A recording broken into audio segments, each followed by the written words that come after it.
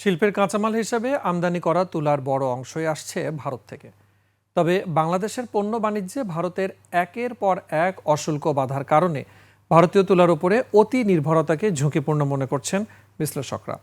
অর্থনীতিবিদরা বলছেন, বাণিজ্য বাধায় বাংলাদেশকে জিম্মি করার নতুন খেলায় তুলা আমদানিতে বিধিনিষেধ দিলে বিপর্যয়ের সম্মুখীন হবে দেশের তৈরি পোশাক শিল্প। তাই ভারতের উপরে নির্ভরশীলতা কমিয়ে নতুন বাজার খোঁজার পরামর্শ তাদের। সাদিয়া লাবনীর রিপোর্ট।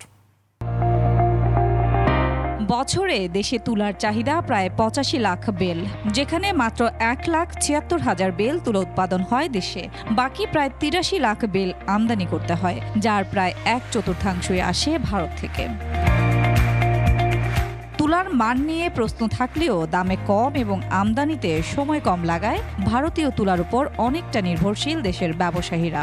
তবে নতুন বাস্তবতায় ভারত বাংলাদেশ বাণিজ্য সম্পর্কে যে টানাপোড়েন শুরু হয়েছে, তাতে যে কোনো সময় তুলা রপ্তানি বাধাগ্রস্ত করতে পারে ভারত। ব্যবসায়ীরা বলছেন, ভারত এমন কোনো সিদ্ধান্ত নিলে বিপর্যয়ে পড়বে দেশে পোশাক রপ্তানি শিল্প।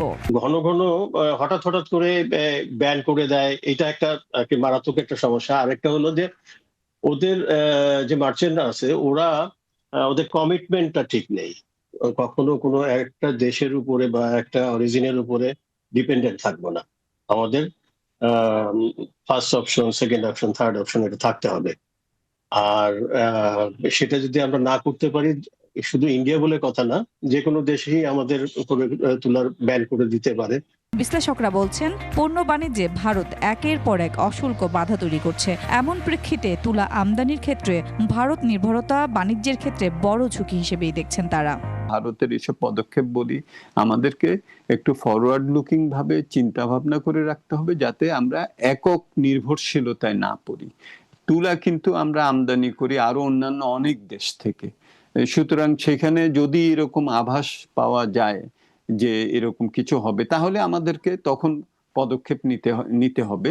যুক্তরাষ্ট্রের ডিপার্টমেন্ট অফ এগ্রিকালচারের তথ্য বলছে, ২০২২-২৩ অর্থ বছরে বাংলাদেশের আমদানি করা তুলার ১৩% উৎস ছিল ভারত। ২০২৩-২৪ অর্থ বছরে মোট তুলা আমদানিতে প্রতিবেশী দেশটির অংশ বেড়ে দাঁড়ায় ২৩%। এদিকে ভারতের শিল্প ও বাণিজ্য মন্ত্রণালয়ের তথ্য বলছে, ২০২৩-২৪ ভারতীয় অর্থ বছরে এপ্রিল থেকে ডিসেম্বরে বাংলাদেশে ভারতের তুলা আমদানির অর্থমূল্য ছিল $১৬৫,৮১,০০,০০০। ২০২৪-২৫ অর্থ বছরের একই সময়ে আমদানি করা তুলার অর্থমূল্য দাঁড়িয়েছে $২০৩,২৯,০০,০০০। এ হিসেবে ৯ মাসে ভারত থেকে তুলা আমদানি বেড়েছে ২২.৬১%। সাদিয়া লাবনী, একুশে টেলিভিশন, ঢাকা।